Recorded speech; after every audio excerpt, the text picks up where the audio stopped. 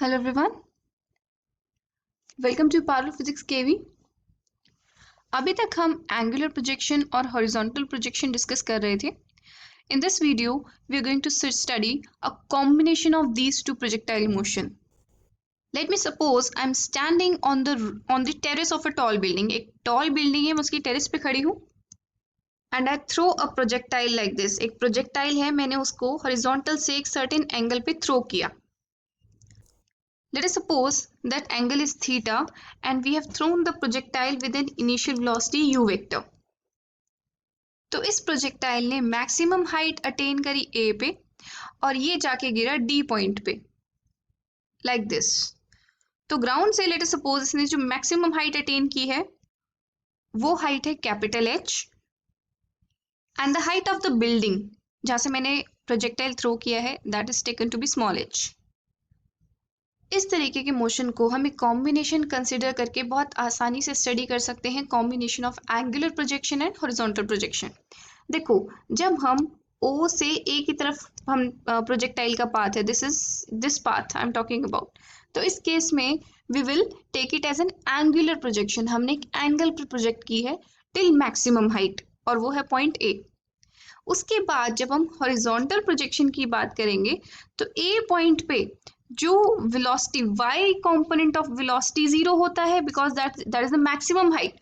Maximum height पे y component of the velocity 0, the only component of velocity which is there in the projectile is the horizontal component, और ये हमारा horizontal projection में होता है। तो यहाँ से a से लेकर d तक के पाथ में this is taken to be horizontal projection.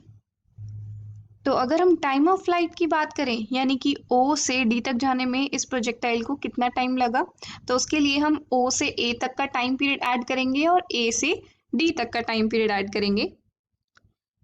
देखो, यहाँ से पूरा यहाँ तक आने में, हॉरिजॉन्टल लेवल तक आने में इसको लगता 2u sin theta upon g, लेकिन हम सिर्फ हाफ टाइम देख रहे हैं, तो O से A तक जाने में लगेगा time u sin theta upon g, plus A से D तक जाने में कितना टाइम लगता है, इसका भी हमने फॉर्मूला डिराइव किया था। It is equal to √2 capital H upon g. Capital H क्यों? क्योंकि A पॉइंट की जो हाइट है वो कैपिटल H है, स्मॉल h नहीं है।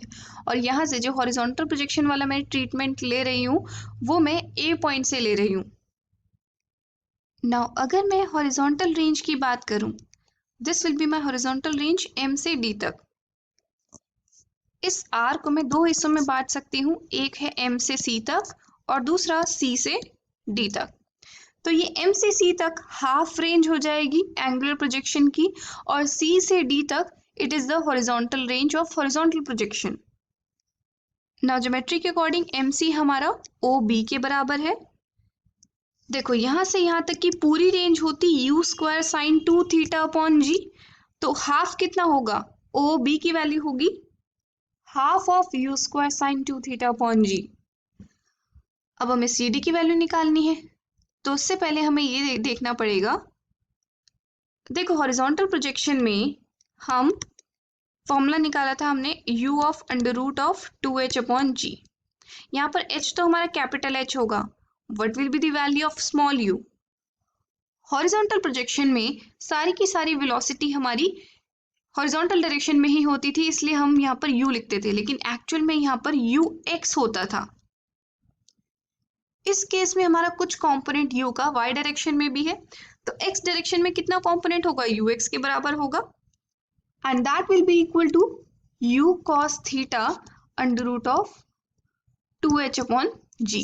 This will be the horizontal range of this projectile. अगर हमसे पूछा जाए क्वेश्चन में इसने मैक्सिमम हाइट कितनी अटेन करी ग्राउंड से, तो उस केस में हम क्या करेंगे, हम AB का डिस्टेंस निकालेंगे through the formula that we derived u² sin² theta upon 2g, और उसमें हम बिल्डिंग की हाइट ऐड कर देंगे। This will give me the maximum height attained by this projectile from the ground. So this is how we study such kind of projectile motion. I hope आपको ये फॉर्मूले clear होंगे। That's all for now, have a good day.